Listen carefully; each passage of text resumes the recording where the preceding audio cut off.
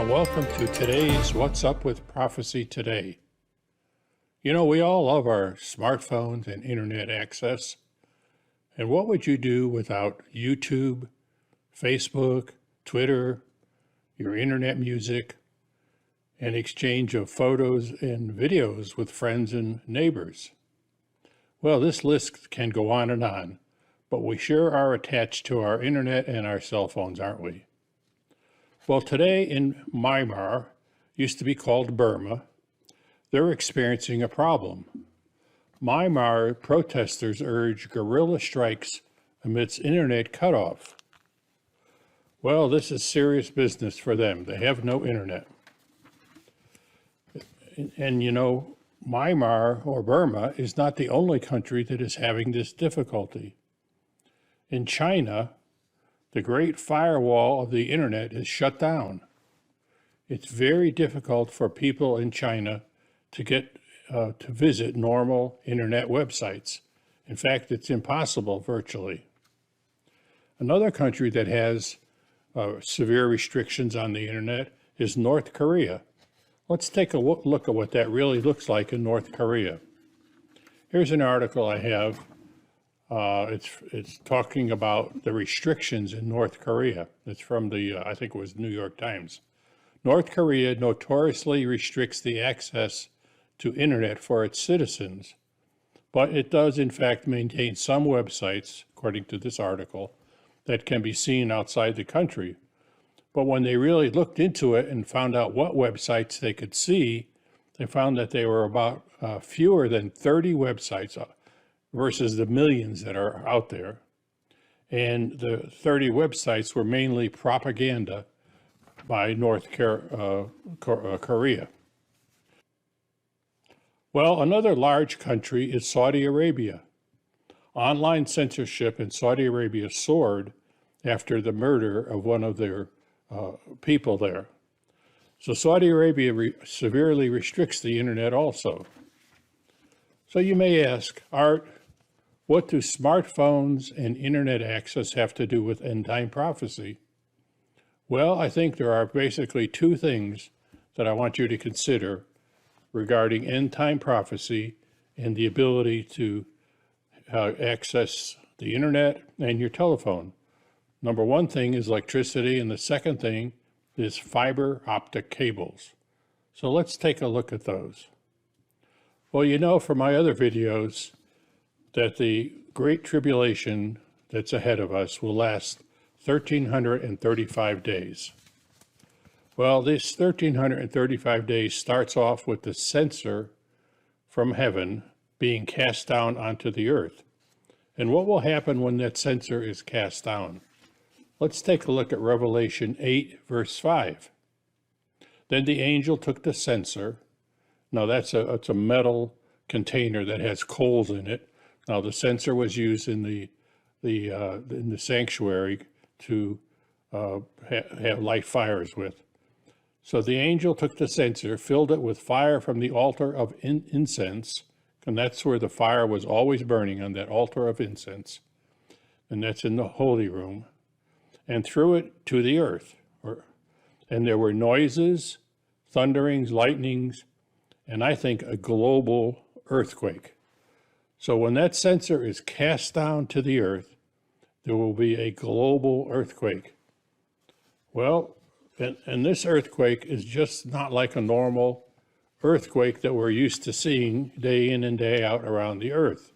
It's not like the earthquakes that we've seen in California or out near Japan when they had that terrible earthquake about 10 years ago. This is something different. This earthquake, this global earthquake that goes around the world, will be initiated by Jesus. And why is he doing that? He is announcing the start of the 1,335 days of the Great Tribulation. So this earthquake that will be felt around the world, this is God-caused earthquake. It is not a normal, if you will, earthquake that the earth has seen over the years.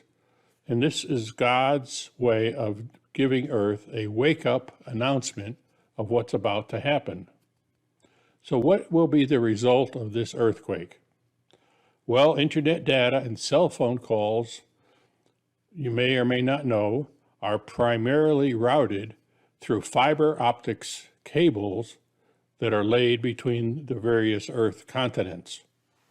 So when you place a call to a relative, say, that's on vacation in another continent, or your relatives, you are using probably these fiber optic cables that go underneath the ocean. And if you're wanting to get data from Facebook and you're living in, say, England or Europe or Africa, well, you are probably using a fiber optics cable to access the computers that have the Facebook data. So internet access and cell phones and the internet use fiber optics cable that's routed throughout the world, and earthquakes will definitely interrupt that. Well, what about electrical generating plants of all types? Well, they're going to trip offline, as they say.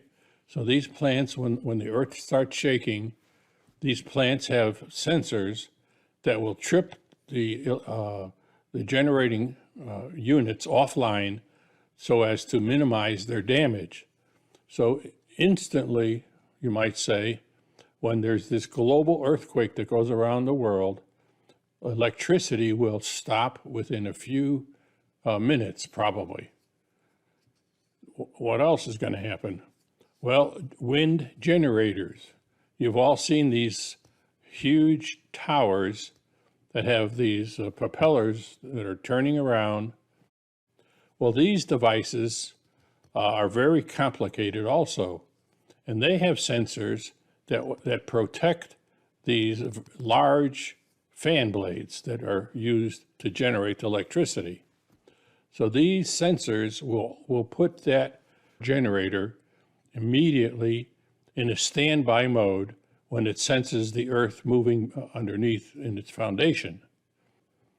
Now, what about solar power generation? Well, there's very, very little of that percentage-wise that supplies our daily electrical need. But a great deal of that will not work either. Why?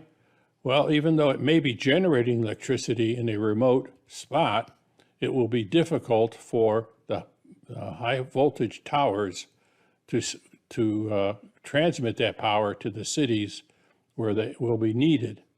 So these high voltage towers will also trip off.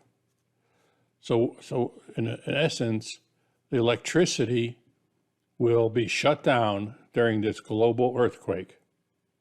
And of course, your local towns and villages will have telephone poles that will break and cause your local internet service and electricity to be interrupted. Now, a lot of cell towers around the world have standby electrical generators, but those electrical generators have a finite amount of fuel to power them. So most likely they will, some of them may stay online, then try to connect to the internet, but of course the internet won't be there, and they will go offline also. So your smartphones, your internet access during this time will all terminate. You will be like Burma. You'll have no internet. And how are people going to react to that?